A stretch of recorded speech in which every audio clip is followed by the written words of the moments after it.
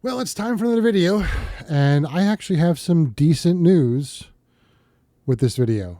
So if you watched my last video, you'll know that I was kind of waiting to get in to see the electrophysiologist about my pacemaker and trying to get the cycling stuff working better with my heart. And I think we did some pretty good stuff. I got some more data to show you, so you guys can be excited about data and numbers and graphs. It's going to look great. But I want to talk a little bit about what we found out today. And so we're just going to kind of talk for a little while, then I'll show you some data. And then I promise this channel is not going to all be looking at a spreadsheet. We're going to be doing, stuff out on the bike. We're going to be out doing some rides and doing stuff like that. So, but, I'm in the stage of figuring stuff out still. And yeah, it's going to be fun. So, what I've got is I went to the electrophysiologist today with all of my data that I've accumulated from my rides, and showed him open up my laptop, because before we do anything, let me look at your pacemaker. So if you've never seen how what this works, what they do is they have a little thing that's about this size. And it's got a little wire that comes off of it, and it goes to a little machine. And they basically take this and they go like this, and it connects the machine to my pacemaker. And I swear to you, he looked at it and goes, "Wow, we can make this a lot better." And I was like, "Okay, cool." So what we were doing, what he looked at, what he saw that the main sensing for my pacemaker is an accelerometer, which I mentioned in the last video. And he said we can change this potentially. I said, hang on a second. So my last day in the hospital, when they were doing the final check on the pacemaker, they tried a different sensing algorithm thing, whatever, and it did not feel good. And I think because of that, they stuck with the accelerometer and decided that was kind of the end of it. And he was like, you know what? We're here. Let's give it a shot. So I think what happened was, because at that point, I was like a week out of surgery, 9 days out of surgery, something like that. I don't think my heart was strong enough to have, and have that setting. And it really needed to rely on the pacemaker to get through that stuff.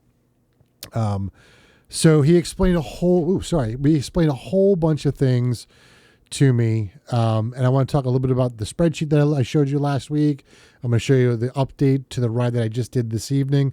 And we'll kind of go from there, and then we can get on the freaking bike, man, which is what the whole point of this channel is going to be. So, so he took me, we walked around for a while just to see what the heart rate would do.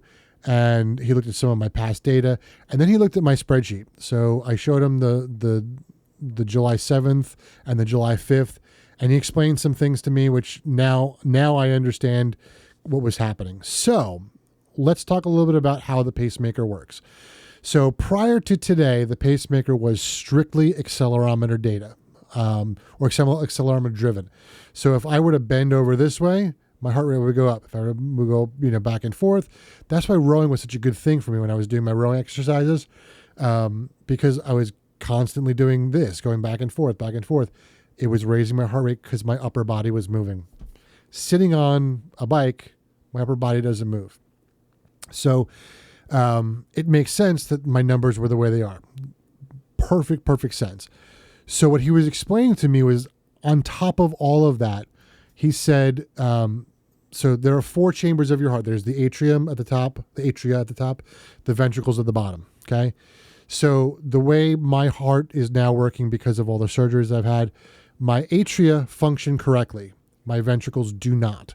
They need the pacemaker to tell them when to pump.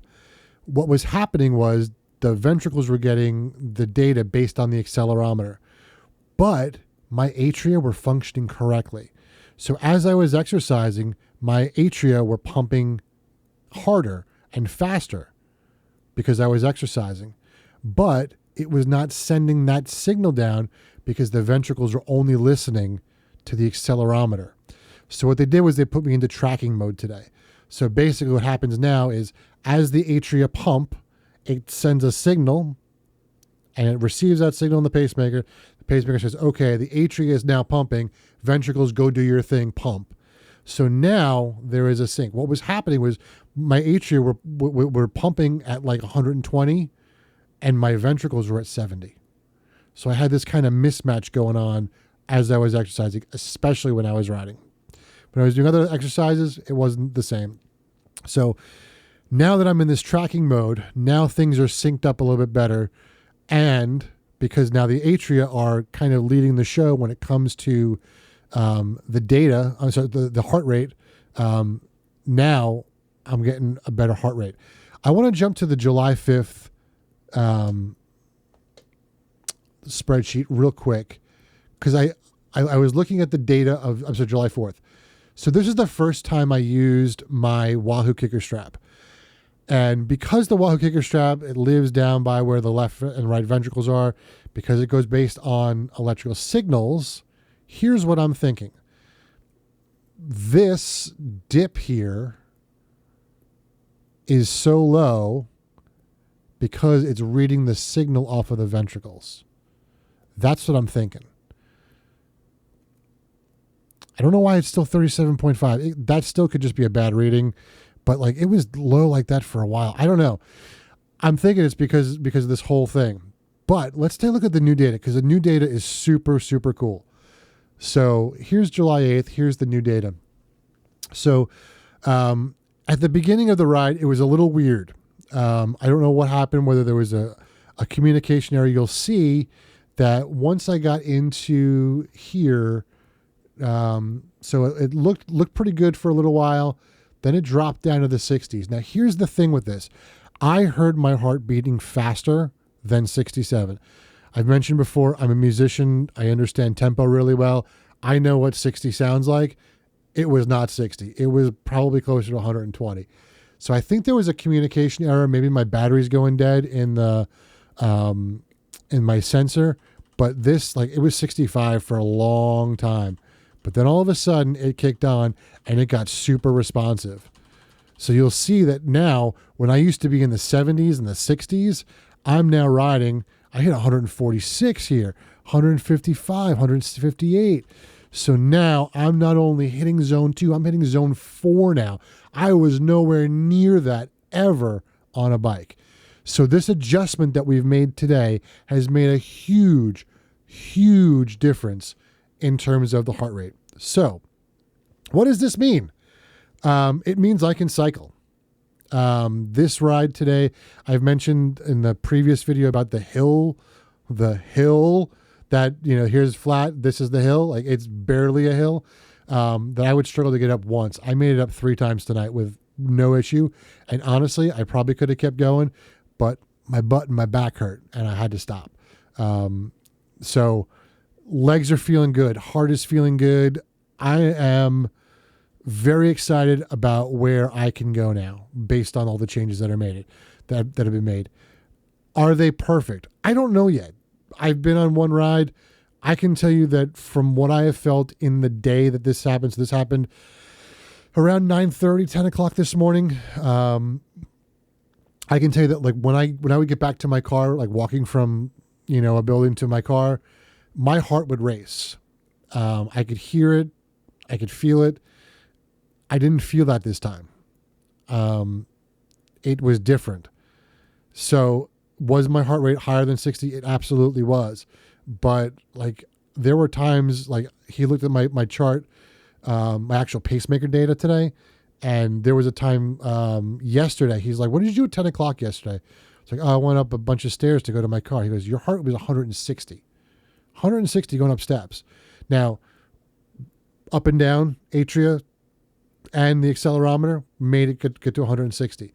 It's going to be interesting tomorrow when I hit steps at work, because that's when I hear it and feel it the most. My steps here at my house, I don't really have a big problem with it, but at work, those steps, I don't know whether it's the length of the steps, the steepness of the steps, I don't know.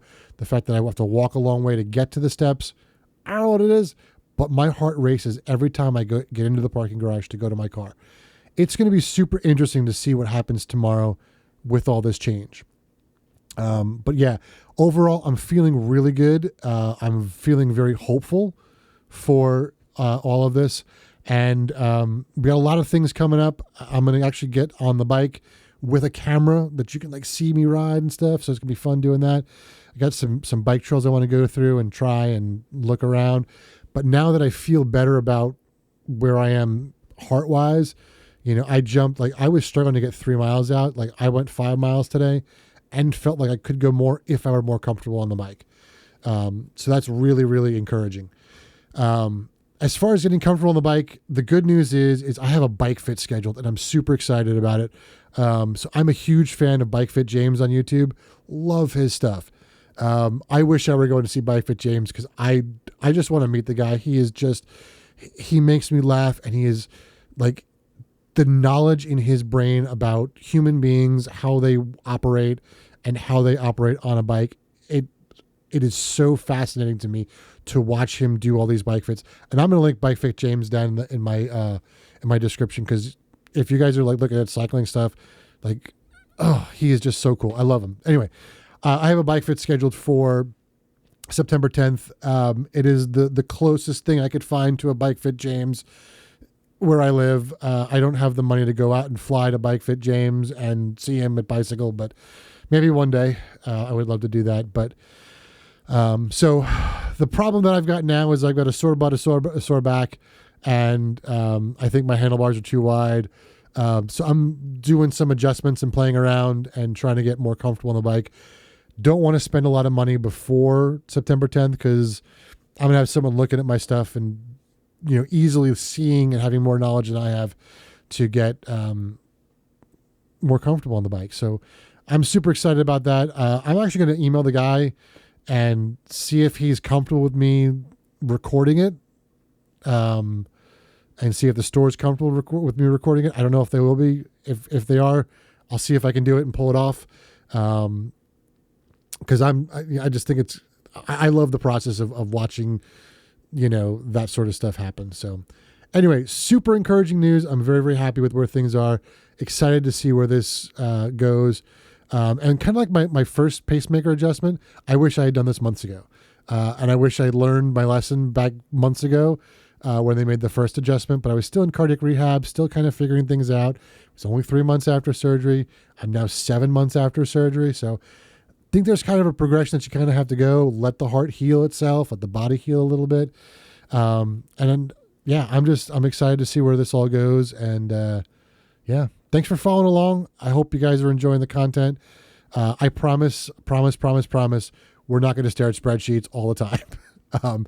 In fact, this might even be the last time we stare at spreadsheets ever, because unless something really cool or something really bad happens, I geek out on the data, but data is just data. So, yeah. Thanks so much for watching, and I'll see you in the next video.